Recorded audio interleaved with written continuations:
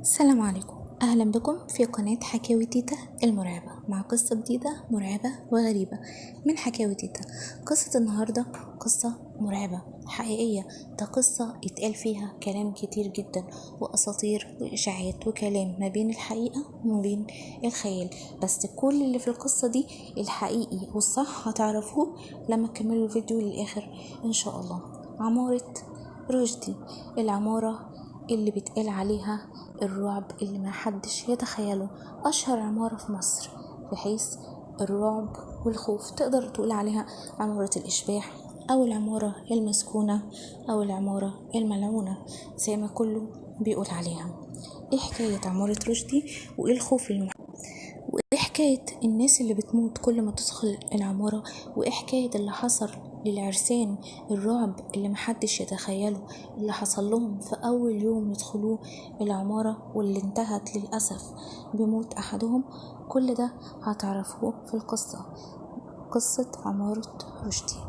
القصة كاملة هتسمعوها النهاردة إن شاء الله، بس قبل ما نبدأ القصة بتمنى منكم الاشتراك في القناة والشير واللايك، ما تنسوش تشتركوا في القناة. بتمنى منكم ان انتم تدعموني وتدعموا القناة بتاعتي. نبدأ قصتنا، نقول بسم الله ونصلي ونسلم على رسول الله. عمارة رشدي عمارة في اسكندرية يحيط بيها كتير من الكلام، القيل والقال والأساطير والحكايات المرعبة اللي تشيب واللي تخوف واللي بتوصل لدرجة الموت والانتحار. العمارة اللي فيه ناس كانوا بيناموا فيها يقوموا يلاقوا روحهم قاعدين في الشارع والناس هتتفرج عليهم. العمارة اللي كانوا العرسان بيتحدفوا فيها من البلكونات، أيوة بيترموا من البلكونات. القصة دي بدأت في اسكندرية لما في خواجة يوناني اسمه برديس. الخواجة ده قرر ان هو يبني عمارة يعيش فيها هو وافراد اسرته، هو واولاده واحفاده، وقرر ان هو يبنيها في المكان ده وفعلا بنى العمارة دي. لكن دي اول خيط معانا في القصة بتاعت النهاردة، ان هو ما سكنش في العمارة لا هو ولا حد من عيلته، لان هم ماتوا قبل ما يدخلوا العمارة. ايوه، هو وكل اولاده واحفاده ماتوا في حادثة، ما نجيش من الحادثة دي غير مراته. قيل ان الحادثة دي كانوا ان هما طلعوا يصطادوا في البحر في مركب وغرقت بيهم، وقيل ان هي كانت حادثة سيارة، لكن الاكيد في القصة ان هما ماتوا. الراجل بنى العمارة ما دخلهاش لا هو ولا حد من افراد اسرته. طبعا مراته حصل لها حالة نفسية سيئة جدا، يعني كانت نفسيتها متدمرة، وقررت ان هي تبيع العمارة وتبيعها بالرخيص كمان، وكانت عايزة تمشي وترجع على بلدها. وفعلا عرضت العمارة للبيع واشتراها منها في الوقت ده تاجر غني جدا اسمه الحاج محسن. الحاج محسن ده كان تاجر خشب معروف ومشهور جدا، واشترى العمارة فعلا وقرر ان هو يأجرها، يعني يعمل الادوار اللي فيها للإيجار. الحاج محسن كان تاجر خشب طبعا، فجاب أخشاب وخزنها في العمارة من تحت، عشان أول ما يجي يحط فيها الأخشاب بعد يومين بالظبط يحصل حريقة كبيرة جدا جدا في العمارة من فوقها لتحتها، تاكل كل الخشب اللي هو كان حاطه وتطلع على بقية العمارة كمان. يعني كانت حريقة كبيرة جدا، لكن الحاج محسن ما حطش في دماغه، يعني الراجل مات هو وعياله، مات بعيد، والخشب عادي بتحصل في أي مكان، والراجل يعني كان نفسه طويل وقال يعني لا لا دي حاجة صدفة ملهاش دعوة بالكلام اللي بيتقال عن العمارة وإن هي منحوسة وكده. كان كلام بيتقال في الأول إن العمارة دي منحوسة، لكن اللي هيتقال بعد كده لا، ده كلام تاني خالص. وبعد كده الحاج محسن بعد ما النار قامت في العمارة كلها والحريقة اتطفت، الحاج محسن قرر ان هو يجدد في العمارة ويدهنها ويرجع يعرضها تاني للإيجار، عشان فعلا بعد كده تتأجر العمارة. اتأجر من العمارة دي دورين اتأجروا.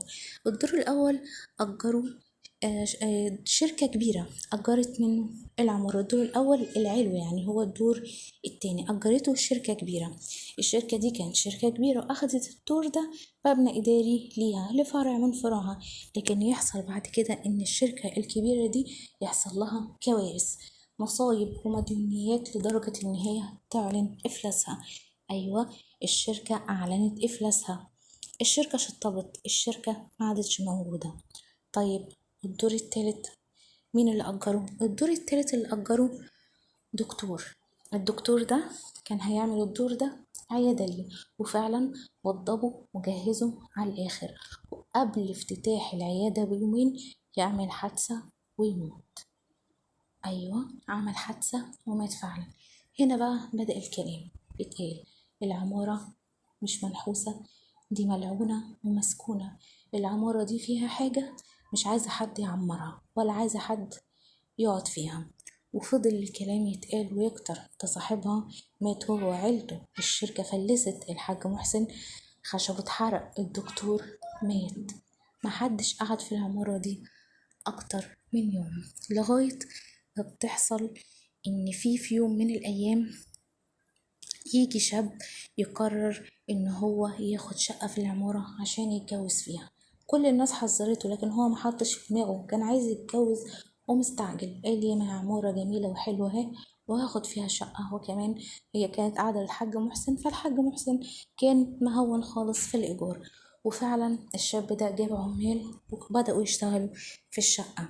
لكن العمال دول كانوا بيلاحظوا حاجات بتحصل في الشقة. كانوا بيقولوا له الشقة دي مش مريحة، احنا بنسمع صوت في الحمام، احنا بنسمع صريخ في الحمام، ومش واحد بس، لأ كتير. احنا الكل نعتبر بنسمع الصوت ده ومع بعض، يعني مش تخيلات او تهيؤات لواحد بس. يقول لهم لا لا لا مفيش، وما انا باجي اهو وبقعد فيها لوحدي كمان وما بحسش بأي حاجة، انتوا بس بتهيأ لكم، ولا هي من سيرة العمارة وسمعة العمارة والكلام اللي بيتقال عليها فانتوا بتهيأ لكم كده. وفعلا العمال خلصوا الشقة بتاعته، وفعلا الشاب اتجوز وعمل الفرح واخد عروسته ودخلوا شقتهم. لكن اتفاجئوا لما دخلوا الشقة بحاجة غريبة: الشقة حمراء، مش ده اللون المدهون. ايه الضوء الاحمر اللي مالي الشقة ده؟ عشان لما يدخل ويتأكد يتلاقى ان كل حيطان الشقة مطرطشة دم. ايوه، مطرطش عليها دم فعلا، في دم على الحيطان، على كل حيطان الحيطة، على كل حيطان الشقة في دم، مفيش حيطة مش عليها دم، زي ما يكون حد كان فاتح خراطيم دم ورششها على الحيطة. مش كده بس، لأ، ده يتفاجئ كمان ان في صوت في الحمام. ايه الصوت اللي في الحمام ده؟ صوت في حنفية مفتوحة. ازاي الحنفية دي اتفتحت لروحها؟ جرى العريس على الحمام وساب عروسته عشان يروح يلاقي حنفية الحمام فعلا مفتوحة، بس دي مش مفتوحة وبتنزل مية، لأ، دي بتنزل دم. ايوه، حنفية الحمام بتنزل دم.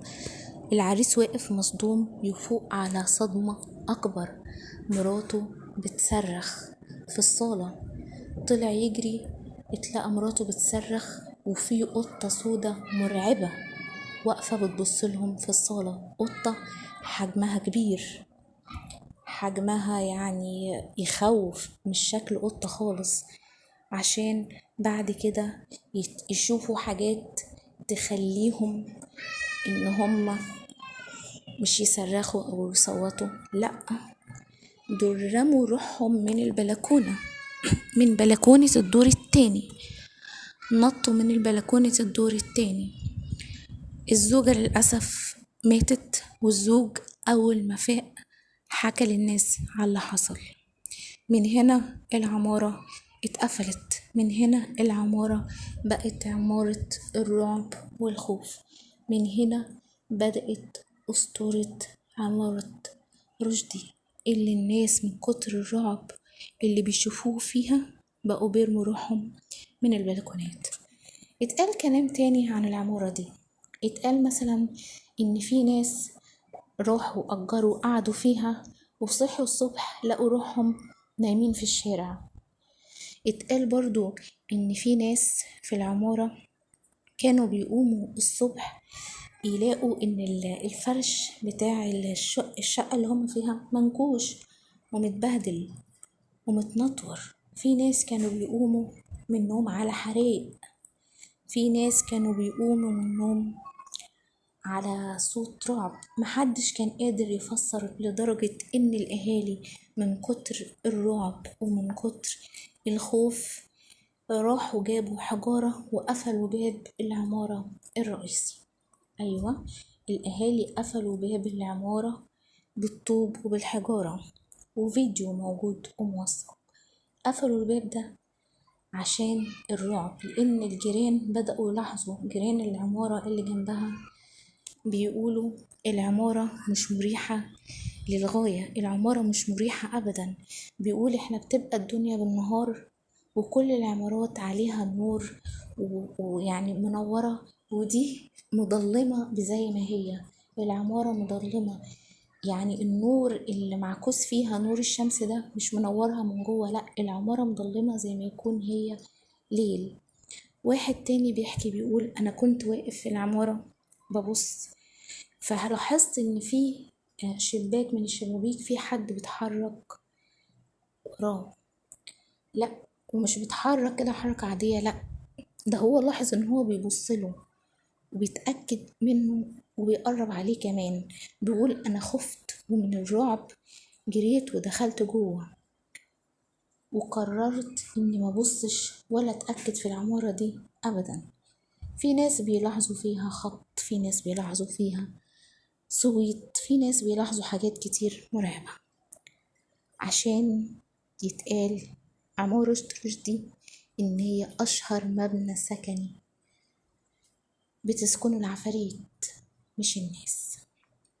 طيب الشباب المصري الجميل بقى هيسكت عن حاجة زي دي؟ لا، مجموعة من الشباب قرروا إن هم يدخلوا العمارة ويفتشوا فيها ويثبتوا للناس إن كل اللي بيتقال ده أساطير ومفيش حاجة من دي بتحصل. وفعلا مجموعة من الشباب في 2012 يدخلوا العمارة ويقفوا في البلكونات ويشاوروا للناس ويقولوا لهم احنا دخلنا العمارة وما حصل لناش حاجة وما تأذيناش وما شفناش عفاريت وما شفناش اي حاجة. لا، دول قالوا كمان ان احنا لما دخلنا العمارة كلها على المحارة، والعمارة مفيش رخام أو بلاط متركب فيها على سلمها، يعني العمارة دي محدش سكنها أصلا ولا تأجر فيها شقق ولا حاج محسن ولا دكتور فلان ولا عريس ولا عروسة. العمارة أصلا مش مدهوكة بس، يعني مش أخدة ألوان، مش ساكن فيها حد يا جماعة، العمارة مسكنهاش حد أصلا. يعني كل اللي بيتقال ده أساطير. ده بيتقال ليه كده؟ في ناس كتير قالوا إن العمارة اللي بناها اتوفى فعلا وحصل مشاكل كتير جدا بين الورثة، فواحد من الورثة دول قرر إن هو يطلع إشاعة عشان يبعد باقي الورثة عنها. ده كلام اتقال. وكلام اتقال تاني إن فعلا العمارة كانت مش مريحة وفيها أشباح وفيها عفاريت. الحقيقة محدش يعرفها، الحقيقة والقصص دي محدش عارف هي فعلا حصلت بالفعل ولا قصص من تأليف الناس، لكن الحقيقي إن عمارة رشدي موجودة. لكن اللي موجود دلوقتي عمارة رشدي دي، هي دي عمارة رشدي اللي فيه شركة استلمتها ووضبتها وعملتها بالشكل الجميل المودرن الحديث ده. دي عمارة رشدي، دي عمارة رشدي الجديدة، مش عمارة الأشباح والعفاريت. العمارة اتغيرت من الشكل ده ومن الرعب ده ومن الظلام ده للشكل ده. عمارة رشدي قصة اتقالت وترددت على ألسنة ناس كتير، والقصة دي يعني عمارة رشدي لو سألت أي حد عن أكتر أماكن متخوف يقولك عمارة رشدي. زي ما لينا إن شاء الله قصص تانية هناخدها زي مشرحة حلوان وزي قصر البارون، هنقول الحقيقة والخيال والأساطير وكل اللي بيتقال في القصص دي. أتمنى القصة تكون عجبتكم، وأتمنى منكم دعم القناة والاشتراك فيها. والسلام عليكم ورحمة الله وبركاته. حكاوي تيتا المرعبة.